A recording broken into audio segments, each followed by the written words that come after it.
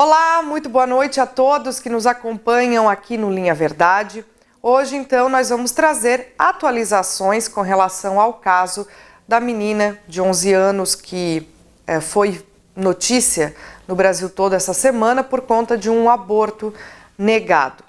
Então, as atualizações do caso são o seguinte, começando pela menina, né, porque são muitos personagens nesta história. Começando pela menina, então, ela... Na segunda-feira, o The Intercept levantou essa questão de que uma juíza aqui de Santa Catarina teria negado o aborto. Na terça-feira, esta menina que estava em um abrigo por ordem judicial foi liberada deste abrigo, voltou para a família. O Ministério Público Federal, então, ajuizou, autorizou que o hospital universitário, ligado à UFSC, que se negou a fazer este aborto quando procurado no começo do mês passado, autorizou que ele fizesse, então ela retornou ao hospital na noite de quarta-feira e realizou o procedimento.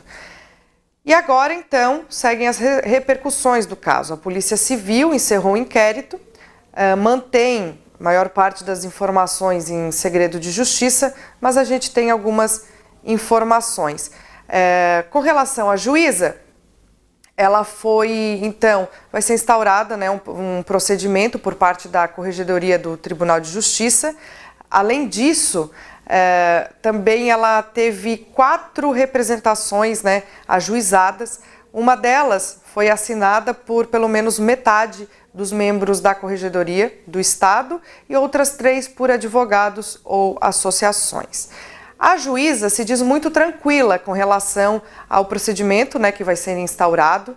Vale ressaltar que ela tem um histórico, um histórico longo em relação à infância, a trabalhar com a infância. Tem livros publicados sobre a primeira infância. A tese de doutorado dela tem foco em primeira infância. Ela é uma entusiasta da adoção, há muito tempo trabalhou com isso. Então, quando ela profere aquela fala que ela diz, olha, você suportaria aguentar mais um pouquinho, porque tem famílias que aguardam na fila de adoção por uma criança, é porque ela já tem um longo histórico relacionado, então, à adoção, à garantia dos direitos das crianças. Ela se pronunciou, finalmente, dizendo que é uma área que ela gosta muito, que ela dedica, de fato, a vida dela, então, por isso, ela está muito tranquila com relação à corregedoria, ao procedimento que vai ser instaurado. Agora, vamos para um outro personagem. Levantou-se ao longo dessa semana que essa menina, então, por conta de uma fala da juíza, teria sido afastada do seio familiar e colocada no abrigo, porque supostamente o abusador seria o padrasto. Então, o que foi apurado pela Polícia Civil é que, na verdade, o abusador seria um adolescente de 13 anos e a gente vai conferir melhor os detalhes dessa situação. A Polícia Civil vai analisar o material genético de um adolescente de 13 anos para confirmar se o jovem realmente foi o autor do estupro contra a menina de 11 anos aqui de Santa Catarina, que realizou a interrupção da gravidez na noite de quarta-feira em Florianópolis. A delegada Patrícia Zimmermann, coordenadora da Delegacia de Proteção à Criança e ao Adolescente de Santa Catarina, disse à Folha que a polícia não trabalha com hipótese de sexo consentido. Nas palavras de Patrícia, eles trabalham com a hipótese de violência presumida, que é quando a vítima é menor de 14 anos, o que é sim um estupro. A lei estabelece que, nesses casos, é preciso analisar a conduta e a maturidade. Uma menina de 10 anos não teria maturidade para consentir tal ato. Agora, a Polícia Civil vai analisar o material genético coletado do feto para comparar com as pessoas de convívio com a criança. A delegada explica que, apesar de as investigações serem conclusivas sobre a autoria do ato que engravidou a criança, com a possibilidade do exame de DNA, não haverá dúvidas. Por mais que o autor tenha assumido ter praticado o ato, a possibilidade do exame é uma ferramenta que tem para essa confirmação, conforme a delegada. O exame deve ficar pronto em até 30 dias. Então, a gente vê que esse caso é ainda mais complexo, envolve um outro adolescente, um outro menor, vai ser feito esse exame de DNA para confrontar e confirmar se realmente esse adolescente de 13 anos teria sido o abusador, e daí depois vai haver mais desdobramentos. Com relação a esse caso, que é extremamente lamentável, né? Infelizmente a menina realizou esse aborto estando de mais de 29 semanas, por alto, assim, são 7 meses de gestação, então um bebê formado, né?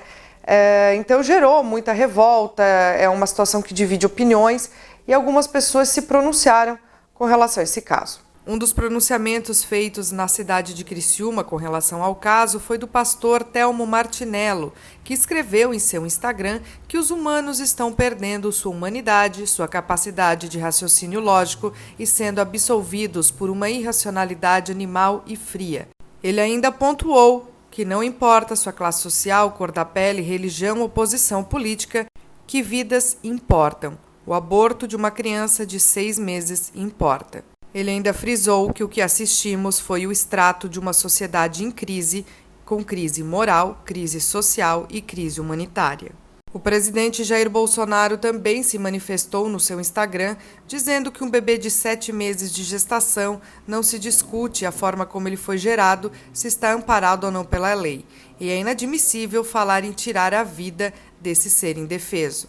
Ele ainda pontuou que o bebê no ventre é tão vítima quanto a criança. E que não podemos olhar apenas para uma delas, existem outros caminhos, pontuou o presidente. E a deputada estadual de Santa Catarina, Ana Campanholo, do PL, também se pronunciou em seu Instagram e foi ainda mais longe, publicando um vídeo no qual mostra o procedimento de aborto. Você vai ouvir agora os procedimentos utilizados para matar um bebê até a 24ª semana de gestação. Nessa fase, o bebê já possui o comprimento de uma mão adulta. Assim é feita a dilatação, o desmembramento e a aspiração intrauterina, que é quando o médico aplica sedativos na mulher. E após alargar o canal vaginal com uma ferramenta chamada espéculo, faz uso de um tubo de sucção que suga a placenta. A seguir, uma ferramenta chamada clamp, uma pinça com garras dentadas, é utilizada para agarrar e arrancar os membros e os órgãos do bebê, até que reste apenas a cabeça. Então, a cabeça precisa ser quebrada, esmagada e partida. A partir da 25ª semana, o processo de matar esse bebê é ainda mais agressivo. Acontece com a aplicação de uma injeção no abdômen da mãe, cujo alvo é a cabeça ou o coração do bebê, que sofre uma dor aguda. O procedimento pode ser repetido até que o bebê finalmente morra, sendo que a morte é confirmada por ultrassom. Posteriormente é feito um parto. Em alguns casos ainda é necessário recorrer ao procedimento de dilatação e sucção com a pinça clamp.